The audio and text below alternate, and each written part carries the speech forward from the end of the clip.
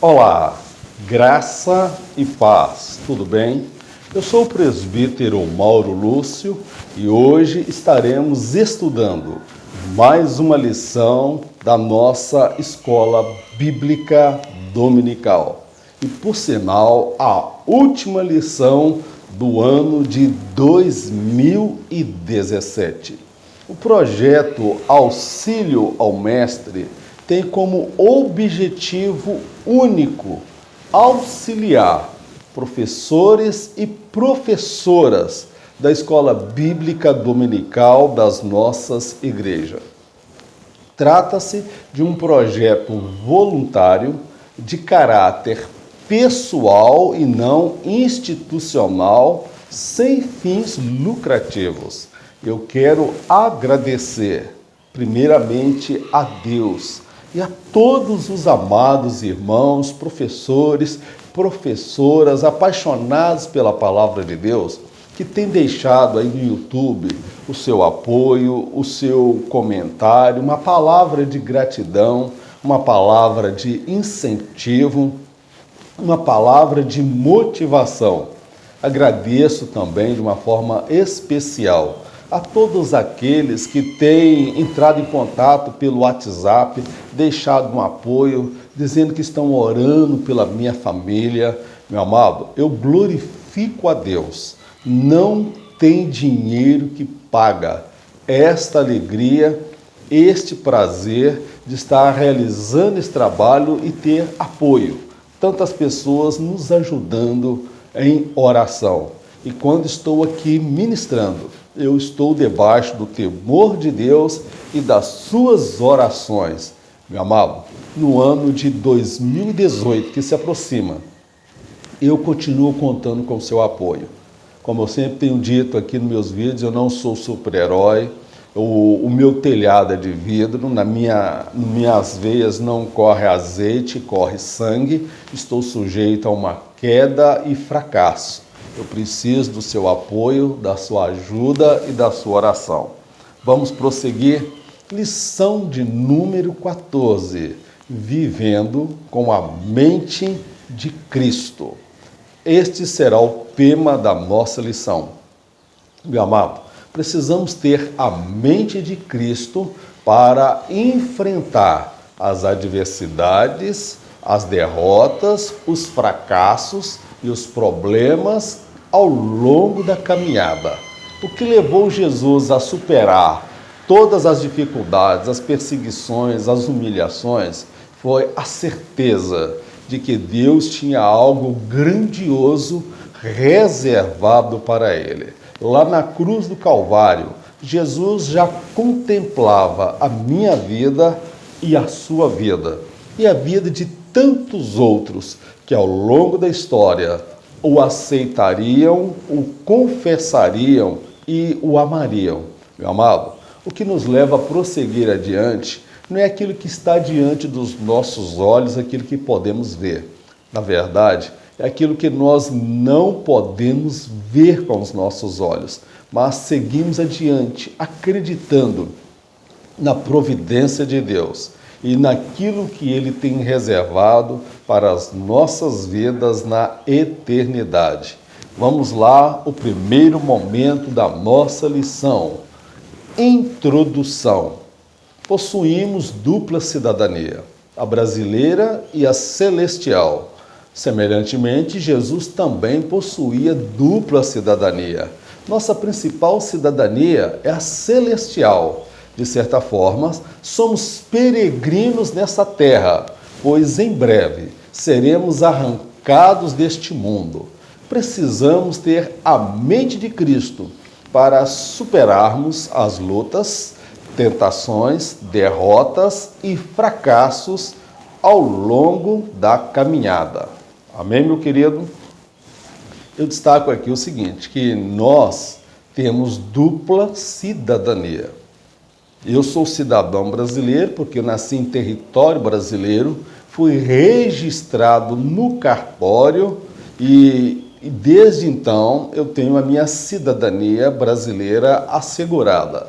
E isso se deu no ano de 1970. Mas no ano de 1993, mais precisamente no dia 16 de abril, por volta de 21, 22 horas, o Senhor me alcançou.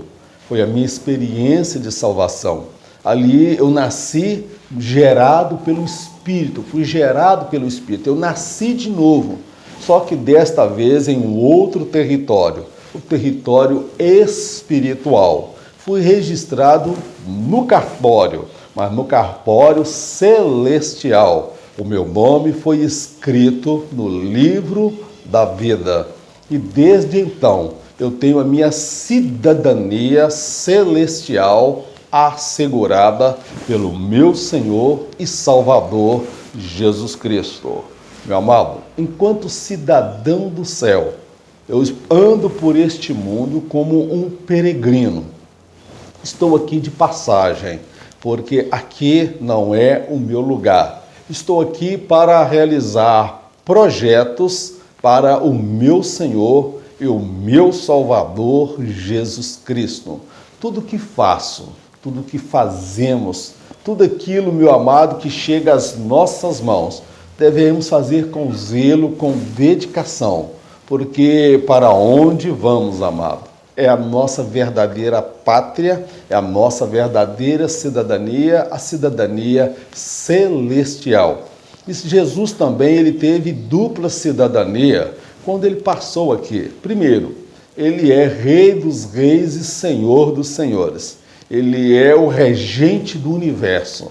Mas quando ele chegou aqui, ele teve que passar pelo censo, ele recebeu uma certidão, foi registrado como cidadão judeu e ele teve também dupla cidadania.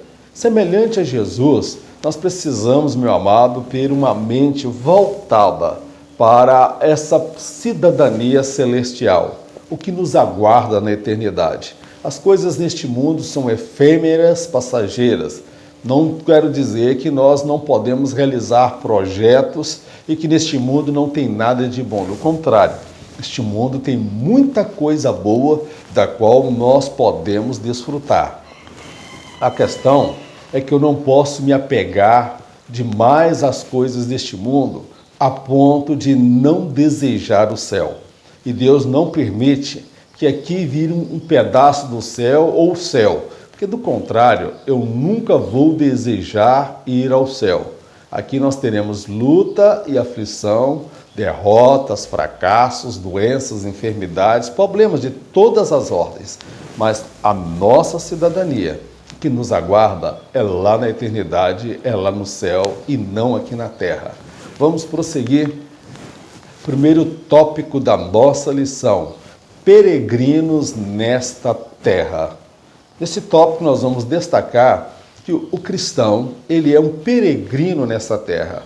O peregrino é aquele que mora em determinada região, mas ele sabe que ali não é a sua morada eterna, ali não é o seu lugar. Ele vai morar durante um período de tempo, mas todavia a sua terra é outra, a sua cidadania não é daquele lugar, semelhante ao que foi Abraão. Ele saiu da terra de Ur dos Caldeus e saiu a peregrinar pela terra de Canaã. E por onde Abraão passava, ele estendia as suas tendas e construía altares. E ele assim sempre o fazia, era nômade. E nós somos, meu amado, peregrinos nesta terra. Amém, amado? Vamos prosseguir. Peregrinos na terra, que é o nosso primeiro subtópico. Todo homem é um peregrino neste mundo. Isso diz respeito tanto aos crentes como aos descrentes. Todos cruzarão um dia a linha da eternidade. A diferença consiste no fato que o crente se prepara ao longo da vida para cruzar esta linha, enquanto que o descrente, viveu como se não houvesse a eternidade. Meu amado, aqui a proposta do comentarista é peregrinos na terra. Eu quero dizer que nós somos peregrinos nessa terra porque aqui não é o nosso lugar. Nós estamos aqui de passagem. Mas em contrapartida, o descrente também ele é peregrino nessa terra. Cadê Faraó? Faraó já passou. Cadê Adolf Hitler? Cadê Nero? Cadê os imperadores romanos que perseguiram, mataram, torturaram cristãos? Cadê aqueles que eram os poderosos? Todos eles partiram. Por mais ricos, por mais poderosos, eles partiram para a eternidade. E a diferença entre ser peregrino cristão, crente, e o peregrino descrente é porque o crente ele se prepara ao longo da vida para cruzar a linha da eternidade. Este mundo é um lugar de passagem. E eu posso dizer que nada há mais justo e necessário do que a morte. A morte, ela se tornou um mal necessário quando o pecado entrou no mundo. A morte recolhe a todos, tanto o pobre como o rico, tanto o poderoso como o servo, tanto aquele que é livre como aquele que é servo. Então, a morte, ela se incumbe de levar todos. Eu comparo a morte semelhante a um coletivo que vem e pega ali toda uma geração e a conduz para a eternidade. E cada um fez a sua escolha, cada um fez a sua opção. O cristão, o salvo em Cristo, lavado e remido no sangue de Jesus, que tem a mente de Cristo, ele se prepara ao longo da vida para cruzar esta linha da eternidade, quando nós seremos levados para a eternidade. Isto será na vida do crente e na vida do descrente. O problema do descrente é que ele viveu muitas vezes como se Deus não existisse. Há muitos que dizem que Deus não existe. E se Deus não existe, tudo é permitido, nada é proibido. Mas ao cruzar a linha da eternidade, descobrirão que tudo que a Bíblia estava dizendo era verdade. Meu amado, aqui não é o nosso lugar. Nós vamos partir dessa terra. E eu tenho uma convicção que nós fazemos parte da geração que não passará pela morte. Nós veremos a volta de Jesus por sobre as nuvens. Vamos prosseguir. Eu faço aqui um paralelo entre o efêmero e o eterno. Muitas pessoas agem conscientemente ou não, como se tudo se resumisse a esta vida. Vivem única e exclusivamente em função dos seus prazeres e das realizações pessoais. Para as tais, os fins justificam os meios. Já o crente em Jesus, se necessário for, abre mão de tudo para alcançar a vida eterna com Cristo. Meu querido, nós precisamos analisar o que é efêmero e o que é eterno. Efêmero é aquilo que você pode conquistar, que você pode comprar, que você pode ter hoje e amanhã não ter. A beleza, a saúde, às vezes até o amor, a alegria, as realizações pessoais, elas são transitórias, elas são efêmeras. Nós precisamos nos apegar àquilo que de fato é eterno. O descrente, muitas vezes, ele vive como se não houvesse o amanhã. Para ele, o importante é o aqui e o agora. Ele quer viver todas as suas alegrias, todos os seus prazeres, todas as suas paixões, como se não existisse a eternidade e o amanhã. E a Bíblia fala que todos deverão comparecer perante o grande tribunal de Cristo. O descrente, ele luta para possuir as coisas. Os fins justificam os meios. Para ficar rico, não importa se ele se vale de pegar dinheiro da merenda, dinheiro da saúde, dinheiro público. Para ele ficar rico, não importa se pessoas estão morrendo em filas de hospital sem ter o devido tratamento. Para ele ficar rico, não importa que muitos vivam na miséria e na pobreza, para ele manter aquele padrão de vida. O que nós vemos no Brasil aí, na política, a corrupção institucionalizada em todos os poderes do nosso país. Nós vemos pessoas gananciosas, onde os fins justificam os meios. Vale tudo para ficar rico, para ter casa, para ter carro, para ter bens, para possuir status, renome e recursos e dinheiro. Já o salvo em Cristo, se necessário for, ele abre mão de tudo. Jesus, certa feita, ele disse para um jovem rico: vai, vende tudo que tens e depois me segue. Meu amado, muitas vezes nós passamos por perdas. Cristianismo não é triunfalismo. Cristianismo é um caminho que nós andamos com Jesus e nós não escolhemos que caminho vamos seguir. Eu vi uma metáfora de um pastor trazendo a seguinte reflexão, que o defunto, o morto, ele não questiona quem está conduzindo ele ou para onde está sendo conduzido. Se ele gostaria de passar por tal rua ou por aquela rua e não por determinada rua. O morto, ele não questiona, ele aceita. Se nós morremos para Cristo, morremos para o mundo e vivemos para Cristo, meu amado, nós não temos mais a vontade apegada a este mundo. O nosso desejo é para com as coisas do Senhor. E se necessário for, nós abrimos mão das vantagens, dos prazeres, da lascívia, da luxúria, de tudo aquilo que nos afasta de Deus, tudo aquilo que vem nos distanciar do propósito dele para a nossa vida. Precisamos nos ater àquilo que de fato é eterno, aquilo que nós vamos carregar para a eternidade.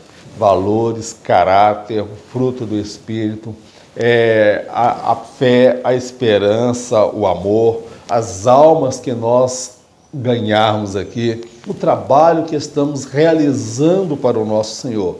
Isso são coisas eternas. Agora as outras são coisas efêmeras. Essas nós podemos ter e amanhã elas podem nos faltar. É por isso que Paulo diz que ele estava treinado em todas as coisas, que ele podia todas as coisas naquele que o fortalecia, porque ele aprendeu a conviver na abundância, mas também a viver na escassez. Ele aprendeu a ser honrado e também ser humilhado. Ele aprendeu a viver com Deus em qualquer circunstância, em qualquer situação, porque para ele todas as coisas materiais eram transitórias e passageiras. Ele não abria mão, era da eternidade, da sua cidadania celestial, do que Deus tinha reservado para ele. Vamos para mais um outro momento da nossa lição. Eu deixo aqui um texto bíblico que encontra-se em Atos, capítulo 16, verso 27. Ora, o carcereiro, tendo acordado e vendo abertas as portas da prisão, tirou a espada e ia suicidar-se, supondo que os presos tivessem fugido. Meu amado, nesse texto que nós acabamos de ler, nós podemos tirar lições maravilhosas ali sobre o efêmero e o eterno. Aquele carcereiro, quando ele se depara com aquela cena, que a prisão foi sacudida e as portas da prisão foram todas abertas. Quando ele percebe que as portas estavam abertas, bateu nele um desespero. Ele deduziu que todos tivessem morrido. O mundo dele desabou, o chão saiu debaixo dos seus pés. A segurança, a estabilidade dele estava indo embora, porque ele não seria apenas mandado embora, demitido, não. Ele iria morrer, ele iria responder por cada ladrão, por cada preso que fugiu. E diante daquela cena, diante da perda, diante da certeza, da perda do status, da qualidade de vida, da segurança, aquele homem decidiu tirar a sua vida. Era um homem que até então não tinha uma visão da eternidade, não tinha uma visão daquilo que é efêmero, daquilo que é eterno. Ele estava preso e apegado àquilo que era transitório. A vida dele girava em torno daquele trabalho que ele exercia, do seu título, da sua posição.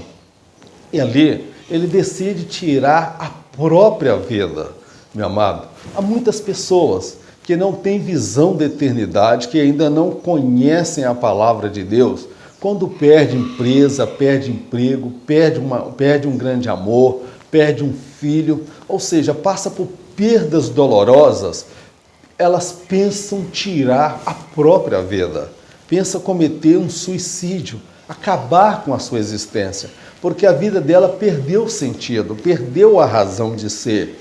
Meu amado, quando aquele homem tentava fazer assim, de lá de dentro gritou um homem chamado Paulo. Nós vemos aí um preso pregando para o carcereiro. Humanamente falando, o carcereiro, ele tinha salário, tinha emprego, tinha posição, tinha status social. E o preso estava ali numa situação de vexame, de humilhação e de vergonha. Mas eu pergunto para você, quem era o verdadeiro preso? Paulo, que estava na prisão, ou o carcereiro que estava fora da prisão? Paulo, ele não estava preso, apegado às coisas materiais. Tomou uma surra, estava com o corpo todo dilacerado, porque apanhou por causa do nome de Jesus. Estava preso e acorrentado, porém, o coração, a alma, o espírito dele estava livre, porque ele sabia que se partisse dali, ele estaria nos braços do Senhor. Já o carcereiro, que parecia ser aquele que estava livre, que tinha a chave para libertar, ele que era o verdadeiro escravo, porque estava apego às coisas materiais, estava preso às coisas efêmeras, transitórias, aquilo que se pode ter hoje e amanhã pode se perder. Por isso que Jó disse, eu sei que o meu Redentor vive. Meu amado, há coisas que nós podemos perder nesta vida. Nós podemos, às vezes, em dado momento, não desejando, nós podemos perder a saúde, podemos, às vezes, perder a família, perder o casamento, perder o emprego, perder casa, perder bens, perder, quem sabe, até a nossa honra, porque alguém pode nos difamar, pode nos caluniar, mas nada disso vai tirar de nós a certeza da vida eterna. Há pessoas que têm tudo isso, casa, bem, dinheiro, mas está apegado a essas coisas, semelhante àquele jovem rico. Quando Jesus disse, vai, vende tudo que tem, dá aos pobres e depois me segue. Ele estava triste, porque o coração dele estava apegado às coisas materiais e não estava apegado à eternidade. Eu deixo aqui uma reflexão.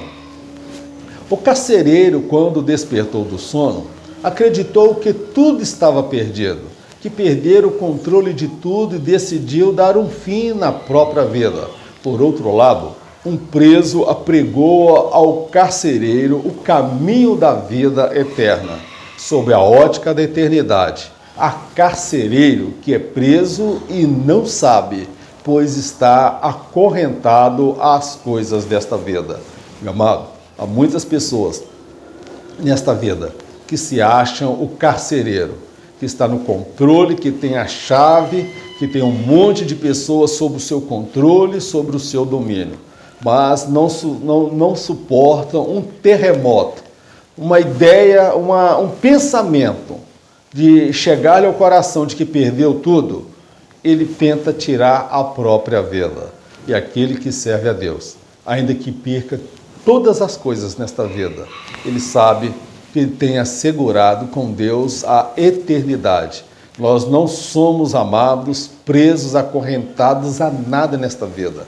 Não há nada que nós devemos nos apegar. Podemos desfrutar das bênçãos de Deus, não é pecado. Mas nós não podemos ter amor ao dinheiro, amor às coisas. Podemos usar as coisas, usufruí-las, e isto é bênção de Deus. Mas não podemos deixar que as coisas nos possuam, ou que nós usemos as pessoas e amemos as coisas. Vamos prosseguir na nossa lição, subtópico de número 2. Cidadãos celestiais. Como cidadãos do céu, possuímos um código de conduta estabelecido por Deus, o qual tem como objetivo moldar nossas vidas, nosso caráter e estabelecer padrões em todas as nossas relações sociais. Como cidadãos celestiais, possuímos não somente direitos, mas também deveres. Meu amado, ser cidadão do céu não implica somente em direitos. Há muitos que, quando penso aqui na minha cidade, em Governador Valadares, nos anos 90, 2000, os anos 80, muitos valadarenses aqui migraram para os Estados Unidos. Iam pelo México, atravessavam a fronteira, entravam de forma clandestina, com passaporte falsificado, tudo para chegar aos Estados Unidos e, posteriormente, ter direito à dupla cidadania, ao green card ou fazer o juramento à bandeira. Mas a dupla cidadania, a cidadania celestial, ela não é somente direitos, ela é também deveres. Há muitos que se apegam a somente os direitos, recitam promessas, tem a caixinha da promessa. A caixinha da promessa, ela não fala de deveres, fala só de direitos. Então, enquanto cidadão do céu, nós temos um código de conduta, um livro que é a Constituição Máxima, que é a Palavra de Deus. Ela é o nosso código de conduta. Aquele que é cidadão brasileiro, ele tem que observar as leis de trânsito, o imposto de renda, as taxas, ele tem que prestar reverência, respeito às autoridades, às instituições e espiritualmente. Nós também não devemos fazer a mesma coisa, porque se nós aqui respeitamos, por exemplo, um radar. Você vem de carro, você pode estar andando de 140 a 160. Mas se passou um radar, tem um radar ali, você reduz a velocidade e de 120, 140, você passa de 50. Você passa de 40, porque na frente do radar todo mundo é santo. Meu amado, nós, enquanto cidadãos dos céus, nós temos um código de conduta, que é a palavra, que vem estabelecer padrão de conduta em todas as nossas relações sociais, na relação marido-mulher, na relação pai-filho, na relação ovelha-pastor, ou seja, nós temos um código de conduta a ser observado. Nós temos um padrão a ser vivido. E o padrão estabelecido por Deus, meu irmão, é um padrão elevado, é um padrão, amado, muito mais superior do que a nossa cidadania brasileira. Primeiro, Deus diz, sede santo, porque eu, Senhor, sou santo. Paulo, ele reafirma, segui com todos a paz e a santificação, sem a qual ninguém verá o Senhor.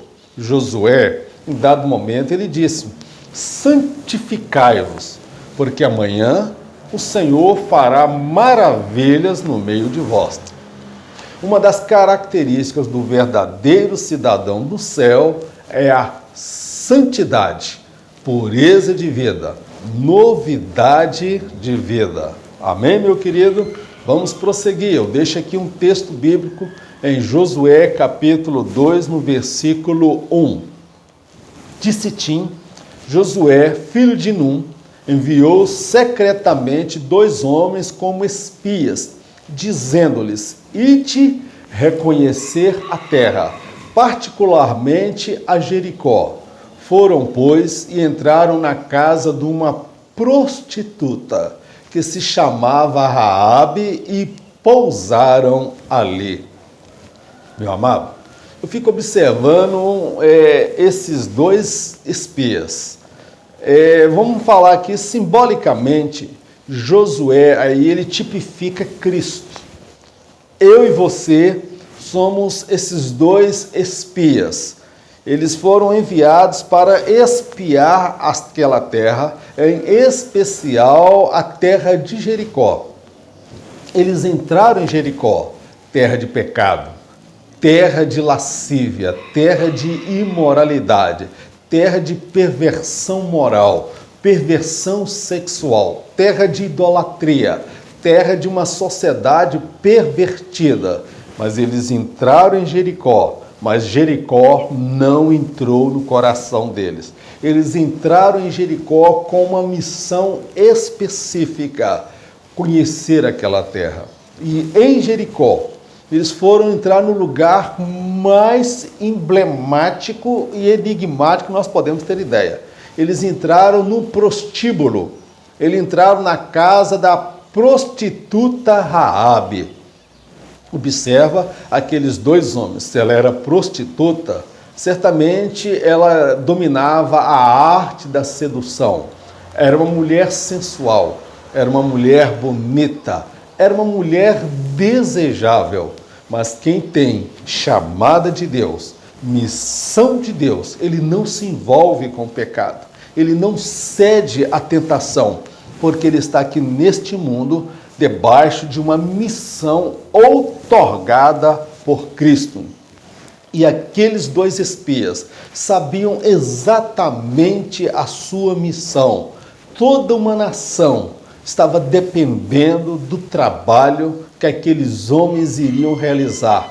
Eu fico imaginando a notícia lá em Israel, se alguém dissesse que aqueles homens entraram dentro de um prostíbulo, que dormiram na casa de uma prostituta. Todos iriam dizer, deitaram com ela, fizeram um suruba com a Raabe. Mas, meu querido, quem tem chamada de Deus, quem tem caráter cristão, quem nasceu de novo e tem a cidadania celestial, ele não se envolve com o pecado.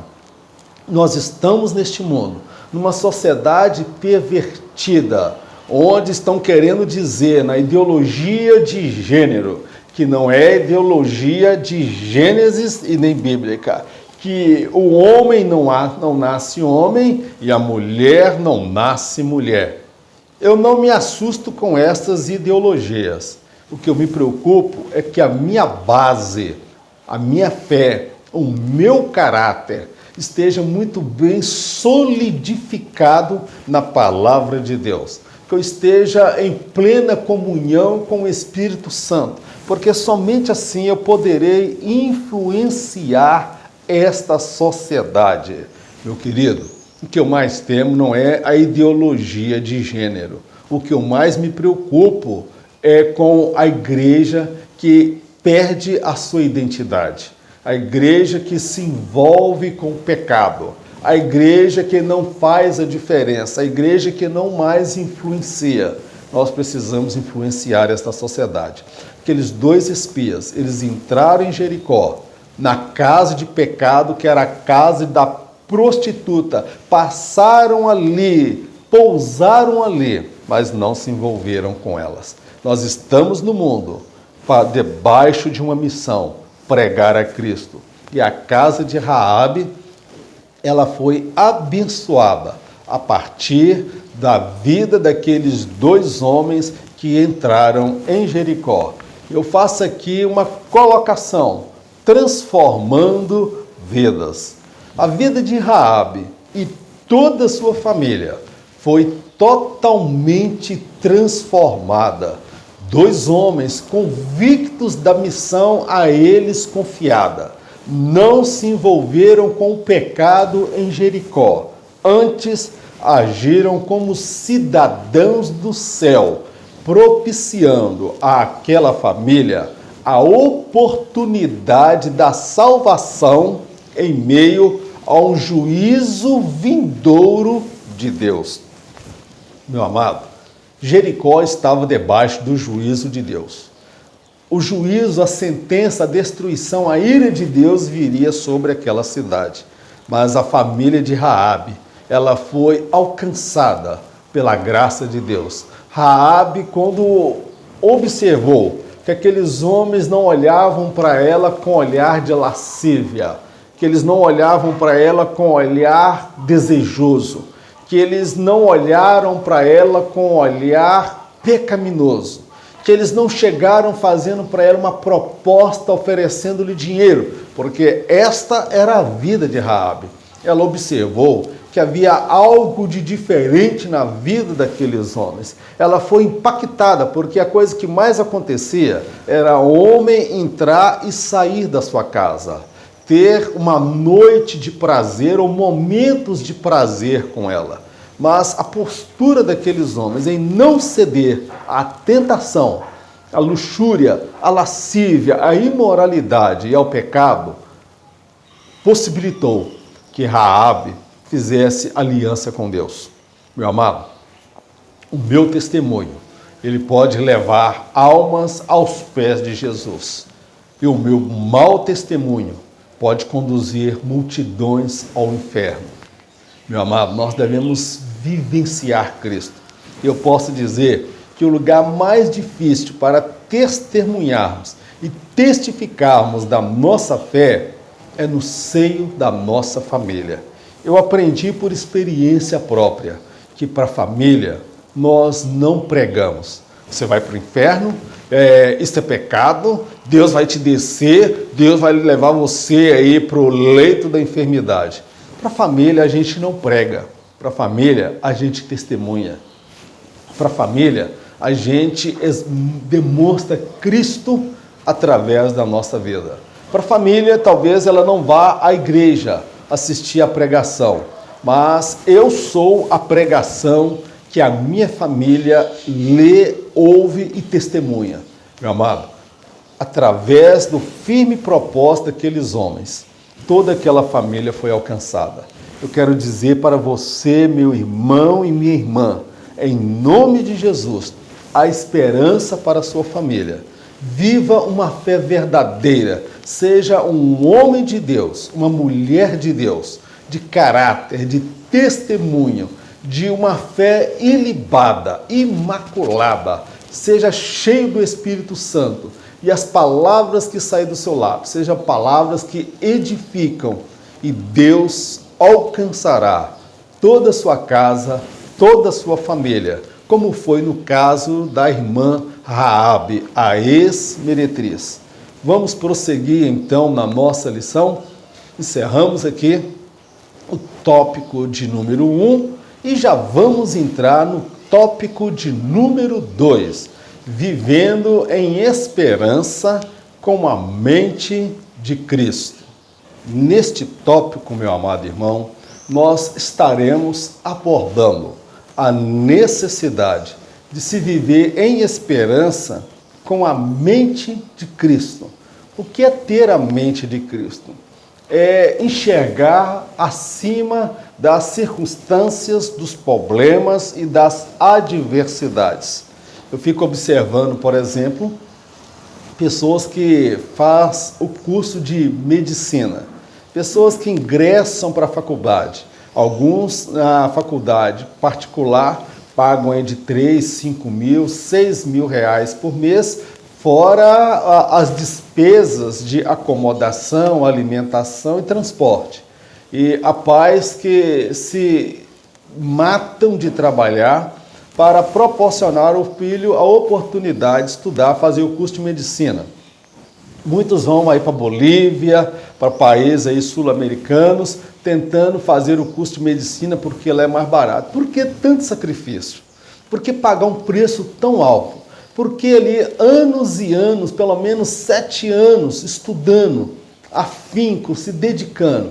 Porque tem uma certeza, que quando ele terminar aquele curso, abrindo mão de muitas coisas, renunciando muitas noites de prazer, baladas, festas, renunciando muitos bens materiais, ele tem uma certeza que ele vai ter um bom emprego, um bom salário e uma boa renda e, vamos dizer, um futuro assegurado. É isso que nós precisamos ter. Nós estamos seguindo uma carreira, a carreira da fé cristã. E há uma promessa, meu irmão, um prêmio para todos que não somente começam, mas encerram esta carreira. As adversidades, as dificuldades, as perdas, elas fazem parte do processo de crescimento e amadurecimento. Vamos lá? Subtópico de número 1. Passando pelas provações com a mente de Cristo. Uma coisa é ser salvo em Cristo Jesus. Outra coisa é ser instrumento de salvação nas mãos de Deus. O propósito de Deus é que todos os salvos alcancem a maturidade cristã e a estatura do varão perfeito que é Cristo. Ser uma bênção nas mãos de Deus é o propósito maior dele para as nossas vidas.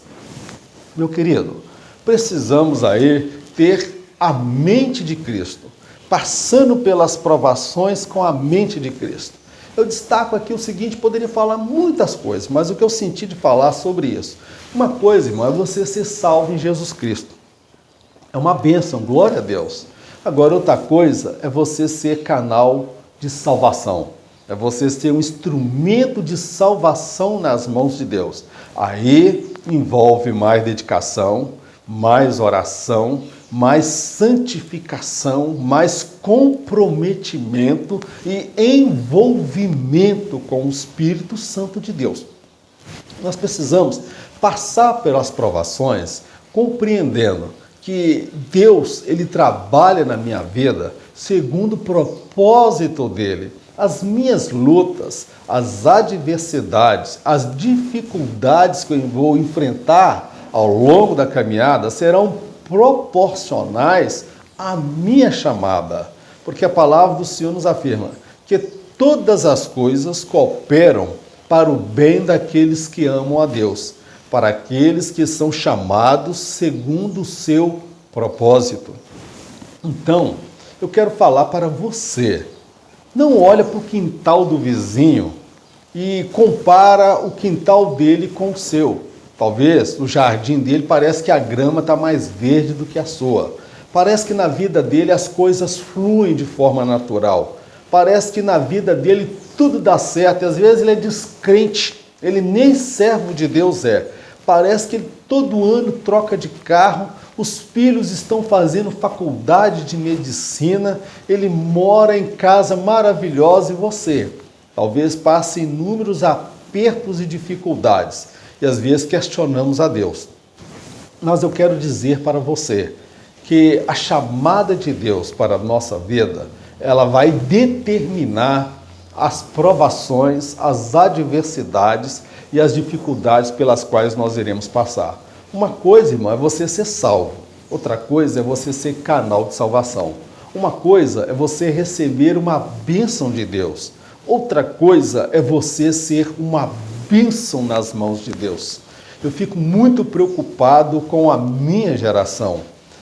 Nós estamos testemunhando uma geração de crentes egoístas, crentes materialistas, crentes consumistas, totalmente capitalistas, envolvido com esse sistema e a sua ideologia do ter, do possuir, do comprar e do adquirir. Mas nós precisamos, na nossa geração, homens e mulheres que se dediquem a Deus, que sejam instrumentos na mão de Deus, que abram mão das vantagens, dos lucros, do dinheiro, das inúmeras possibilidades, mas se coloquem como canal de salvação, como fez o doutor Lucas. O Evangelho de Lucas e Atos dos Apóstolos foi escrito por um médico, que, na minha conjectura e interpretação, ele abriu mão do seu consultório de médico, de ganhar grandes fortunas para escrever o Evangelho e Atos dos Apóstolos, para acompanhar Paulo nas suas viagens missionárias. E quantos milhões e milhões de pessoas foram alcançados por Deus a partir da dedicação, do zelo do irmão Lucas, que era grego, o médico amado. Deus está à procura de homens que se coloquem diante dele para ser por ele usado. O propósito maior de Deus não é que nós sejamos mendigos espirituais, aqueles que só entram na casa, eu vim buscar uma bênção. Não tem nada de errado, mas o problema é quando você só vai para buscar e você não tem nada para oferecer. Ser crente, irmão, em Jesus Cristo, é você ser uma bênção de Deus às nações. É o que Deus disse para o patriarca Abraão: "Se tu uma bênção". Este é o propósito maior de Deus. Eu não corro atrás de bênção, do contrário. A Bíblia fala: "E virão sobre ti, e te alcançarão todas estas bênçãos, quando ouvires a voz do Senhor teu Deus". Eu quero prosseguir lendo com você um texto bíblico que encontra-se em Atos, capítulo 9, versos 15 e 16. Disse-lhe, porém, o Senhor: vai, porque este é para mim um vaso escolhido para levar o meu nome perante os gentios e os reis e os filhos de Israel, pois eu lhe mostrarei quanto lhe cumpre padecer pelo o meu nome. Essas palavras foram proferidas por Deus ao profeta Ananias, se referindo a Saulo de Tarso. Saulo não é Paulo.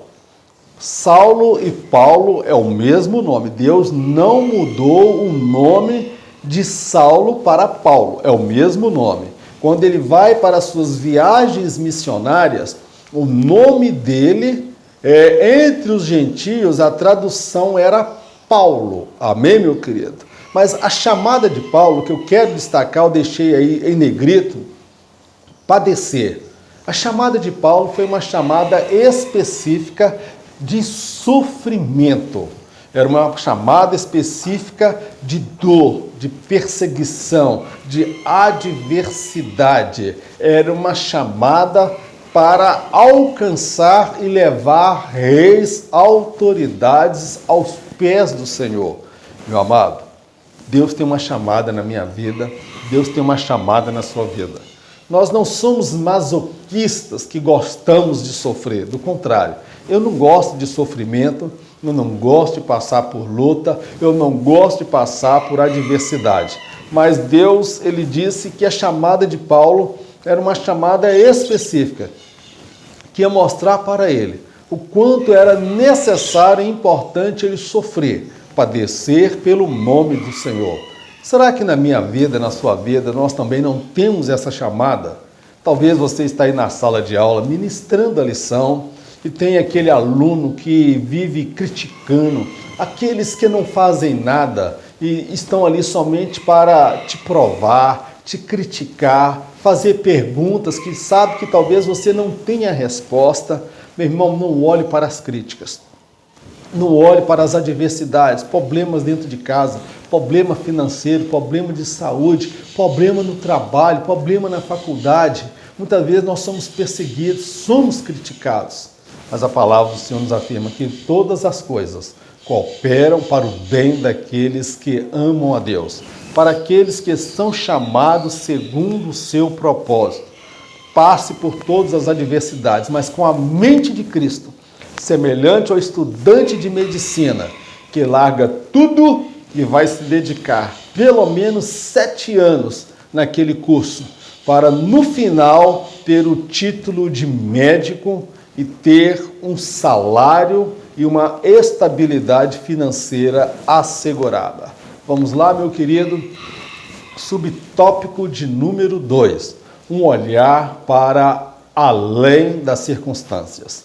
As adversidades e dissabores do dia a dia fazem parte da vida do cristão. Todavia, semelhante à águia, somos impulsionados pelo Espírito Santo a passar por cima das tempestades e contemplar o que nos aguarda nas mansões celestiais. Meu amado irmão, nós somos impulsionados pelo Espírito Santo.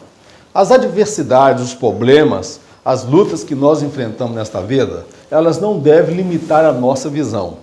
O Espírito Santo me leva a enxergar além das adversidades, o que leva um estudante a prosseguir adiante. É a certeza de que ele vai receber o seu diploma, que ele vai ser aprovado e ele vai sair com a carreira linda, maravilhosa e será um profissional atuante. Meu irmão, o Espírito Santo de Deus nos leva a ser semelhante à águia. A águia, ela quando vem as ventos e tempestades e trovões, raios, vendaval, todos os animais correm. O leão corre, o urso foge, o tigre foge, todos os animais buscam abrigo. A águia, se eu não me engano, me parece que é o único ser, a única ave que desafia a tempestade. Quando está chovendo, trovejando, a águia, ela se recusa a ficar debaixo da tempestade. Ela lança voo, um ímpeto muito grande. Ela voa e vai voando com toda a sua força, com todo o seu vigor. Ela enfrenta os raios, ela enfrenta os vendavais, ela enfrenta as tempestades, os trovões e passa por sobre a tempestade. Ela passa por cima das tempestades. E depois que ela passa pelas tempestades, ela chega acima da tempestade. Ela chega acima das nuvens. E ali ela encontra paz. Ela encontra refrigério. Ela encontra o que nenhum outro animal encontra. Meu amado, nós somos impulsionados pelo Espírito Santo de Deus a prosseguir adiante, a não parar no meio do caminho, mas seguindo adiante. O Espírito Santo tem hora que a gente quer parar, tem hora que a gente quer desanimar, tem hora que a gente não quer ir adiante, tem hora que a gente está cansado, mas o Espírito Santo, ele nos pega pelas mãos e fala: vamos, você vai conseguir. Às vezes nós não temos força, mas o Espírito Santo, ele nos toma nos braços, nos carrega, e aquela força que nos falta, ele nos dá. E nós conseguimos passar por sobre a tempestade. A tempestade está lá embaixo, mas nós estamos num outro nível. Nós estamos, amados, cheios do Espírito Santo de Deus. Nós podemos enfrentar os vendavais, os problemas na família, no casamento. Estou falando para a irmã, semelhante a uma irmã que me manda mensagem de vez em quando, que os filhos são viciados, os filhos são drogados, o marido saiu de casa, abandonou, e ela é professora da escola bíblica dominical.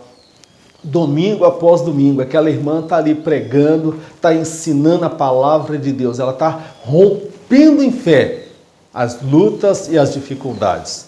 Ter fé para Deus tirar o problema é maravilhoso, mas ter fé e Deus não resolver o problema, isto sim é uma verdadeira fé. Ter fé para ser curado e ser curado, glórias a Deus. Agora, ter fé para ser curado e não receber a cura, e ainda assim continuar fazendo, isto sim é um verdadeiro adorador. E Deus está à procura de verdadeiros adoradores, aqueles que adoram nas tempestades, aqueles que adoram nos vendavais, aqueles que adoram nas adversidades, aqueles que partem para cima. Enquanto muitos estão correndo, o leão foge, o urso corre, todos os animais buscam refúgio, mas você foi chamado por Deus para prosseguir adiante. É como diz a palavra de Deus lá em Isaías: eu irei adiante de ti, endireitarei os caminhos tortuosos, despedaçarei as portas de bronze, quebrarei as trancas de ferro e dar-te-ei os tesouros escondidos, e as riquezas encobertas que tu não sabes. Meu amado, o nosso Deus está diante de nós como um poderoso guerreiro. É por isso que nós conseguimos vencer as lutas, as adversidades e vendavais. Há muitos que correm, há muitos que fogem. Nós não devemos criticá-los, porque é o limite da fé deles, é o limite da possibilidade deles. Mas nós fomos chamados para prosseguir adiante. Amém, meu querido? Seja como uma águia. Olha aqui a imagem que eu uso desta águia, ela passando por sobre a tempestade. E lá, depois da tempestade, ela experimenta a bonança. Meu amado, nós temos a paz do Espírito, nós temos o gozo do Espírito, nós temos o fruto do Espírito nas nossas vidas. Nós não somos masoquistas que gostam de sofrer, mas apesar do sofrimento, nós temos alegria, paz e regozijo na nossa alma. Vamos prosseguir, estou encerrando aqui, quero deixar somente mais uma colocação: ir além das possibilidades. Enquanto a maioria absoluta foge das tempestades, a águia se recusa a fugir da mesma. Antes, bate as suas asas com uma força desigual e passa acima das nuvens e vendavais. Lá encontra paz e bonança. Precisamos enfrentar as tempestades e vendavais com ânimo, na certeza que alcançaremos o cumprimento das promessas de Deus para as nossas vidas. Glórias ao nosso Deus. Meu amado, encerramos aqui então esta lição de hoje e eu glorifico a Deus por mais essa oportunidade, a última lição de 2017. Eu agradeço de coração, imensamente, todos aqueles que no decorrer desse ano de 2017 me ajudou em oração, esteve do meu lado, talvez não aqui, literalmente falando, mas nós estamos ligados numa mesma fé. Eu agradeço os irmãos que por todo esse Brasil estiveram assistindo nossos vídeos, mandando mensagem de apoio, nos contactando no WhatsApp, mandando mensagem, estreitando esta relação. E eu glorifico a Deus porque são muitos relatos de irmãos e irmãs que estão orando pelas nossas vidas, pela minha família, pelo meu casamento, pela minha saúde, pelas minhas finanças, por esse projeto Auxílio ao Mestre. Eu conto com o seu apoio no ano de 2018, meu querido.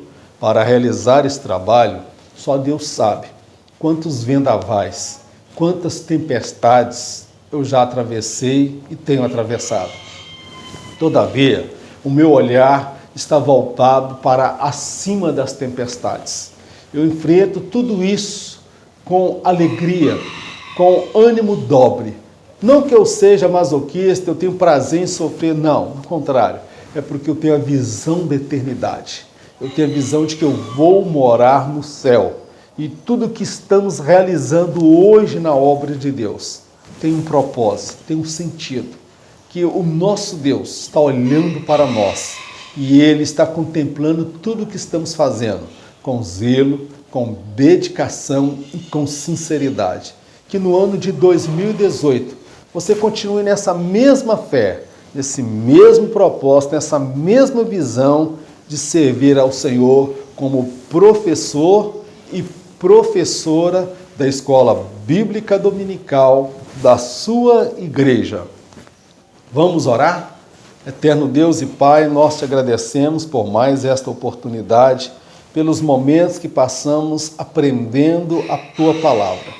Toda honra, toda glória sejam dadas a Ti. Meu Deus, usa-nos como instrumento de bênção, de salvação e de edificação.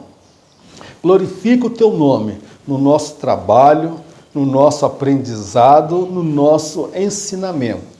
Tudo que nós precisamos é da Tua virtude, é da Tua unção, é da Tua graça.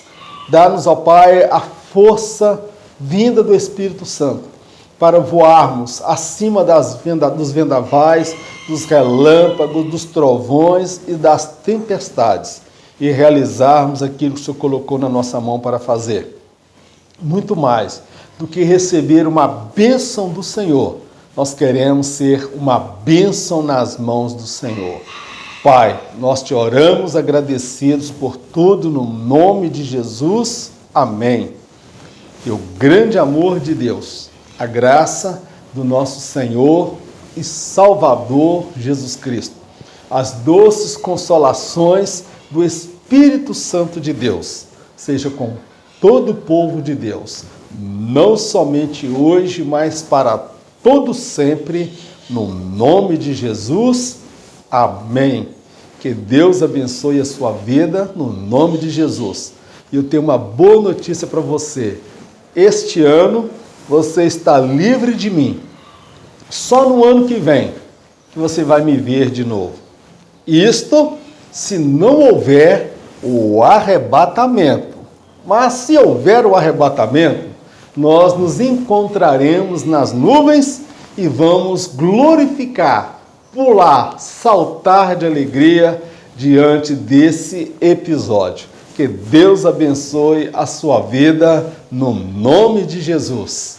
Amém.